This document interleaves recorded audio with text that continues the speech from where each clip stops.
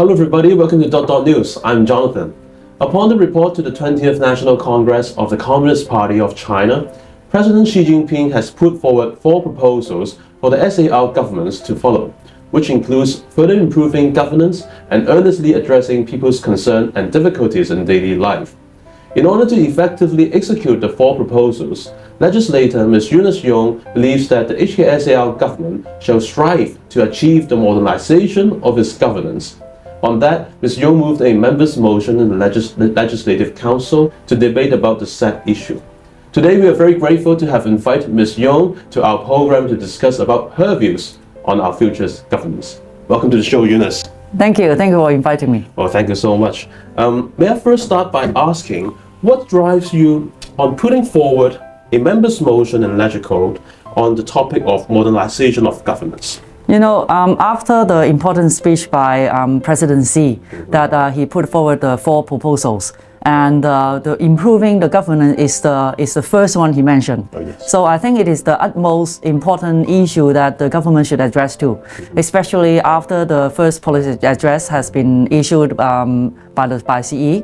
So I think it's the best time for me to put forward this motion in the time being. Okay. Well, I recognize in your motion you mentioned about government should strive to achieve modernization of its governance. And that includes making good use of talents, coordinating communication among bureaus or governmental departments, and also receiving and following up on public complaints efficiently. May I ask, do you believe that we have a mismatch problem in government, which we haven't made good of our talents in the past administration? Yeah.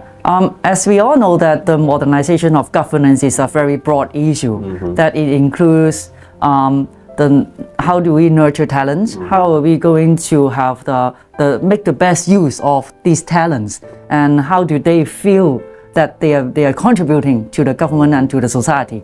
So I think this is the important issue that the government should think through about it. And we know that the government has put up the 2 new committees for youth, as you know that there are 2 district levels of youth committees and welcoming all the applications. I think they're reviewing all the applications. And I have self-nominated myself. Have you now nominated yourself? Yes, okay, yes. So you have to declare your interest then. And I think it's a good way to make young people to participate more in, for example, youth development, in policy making, for example. I think that's very important. But I think as a Legislative Council member, and also for me and myself as well, I am also assistant to a Legislative Council member as well, we have a feeling that whenever it comes to big issues, we have to communicate with different bureaus. But some issues actually it's not only handled by one particular bureau. And you have to discuss with different departments and they will say, oh, this is not our job. Maybe you go to refer to another department. And then when you talk to the other department, they say, it's not our job as well. And this leads to another problem or another question of coordination or coordinated communication among different governmental departments and bureaus. What do you think about that, or in terms of how we should modernize our governance or improve our governance? I think that's the reason why I use the modernization. I think it is a very broad term, very with different meanings. Modernization will say is the system to be modernized, and we could apply the how are we going to make good use of the electronic system in order to put forward the modernization of these systems. And I think it's good to input the word of the electronic governance. And but of course in my original wordings, I didn't put electronic because I think it's more pinpoint and it's more specialized. But what do we see in the governance in this sense is that not only that we need to improve on the electronic usage in the government, but also the mindset. How are we going to improve the attitude on helping or achieving the end result as what the CE is putting forward, that we need to see the real result. So I think the governance is a very broad issue. That the reason why that there is three main points I want to address to. The first of all, you have already talked about it: nurture talent. How are we going to use the right person? And then next one, how are we going to entertain or to handle complaints by the society?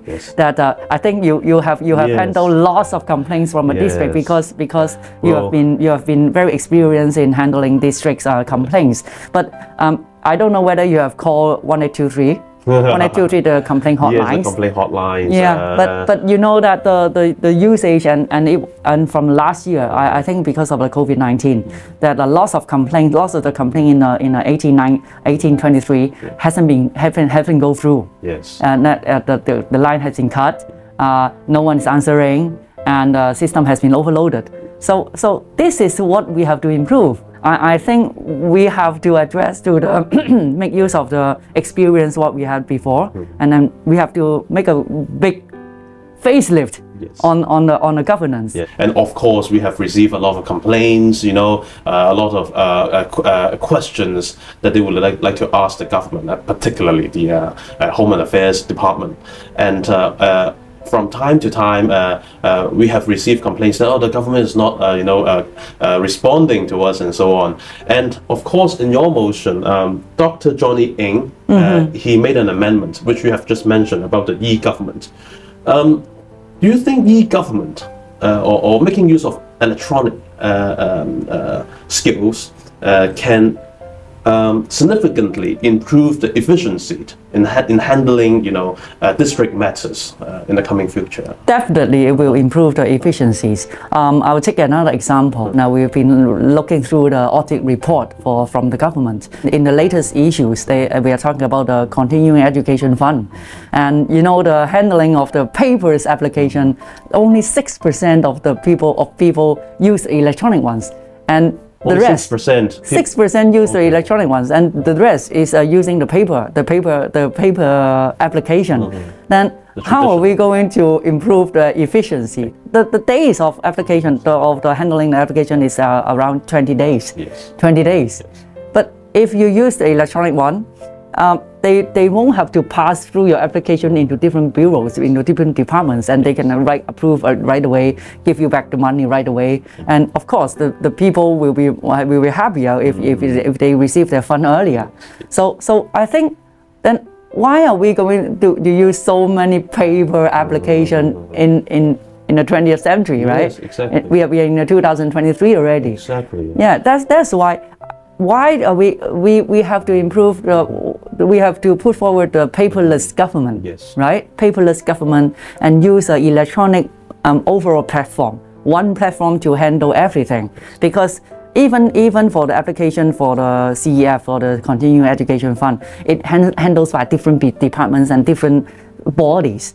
So if the labor department needs to review or monitor the progress and the application progress for everything, they need to ask different departments. They can ask these different bodies, and these bodies sometimes they won't respond to the call. They don't know what to report to, and the proposals and the agreement is not clear. So everything is done by human, right? I think it's time to have a change. I think it's definitely time for a change, and I think we should learn from the mainland cities. Yeah. I think in the 1990s or early 2000s, mainland cities also faced issues like this, or by using traditional ways to handle, administrative matters, and it takes a lot of time and it's not efficient at all. But in the past decade, I recognize that they have been making use of, for example, WeChat or different applications to electronicalize the procedures, and things have been going smoothly. And as an international financial center like Hong Kong, we should definitely have an improvement on that. And of course, everybody knows that Eunice, you had been in the geographical constituencies members for 5 years, and can you make a comparison between when you were a GC member at that time in comparison to now? Do you think the Home and Affairs Department, in the district level, have been improving in these years?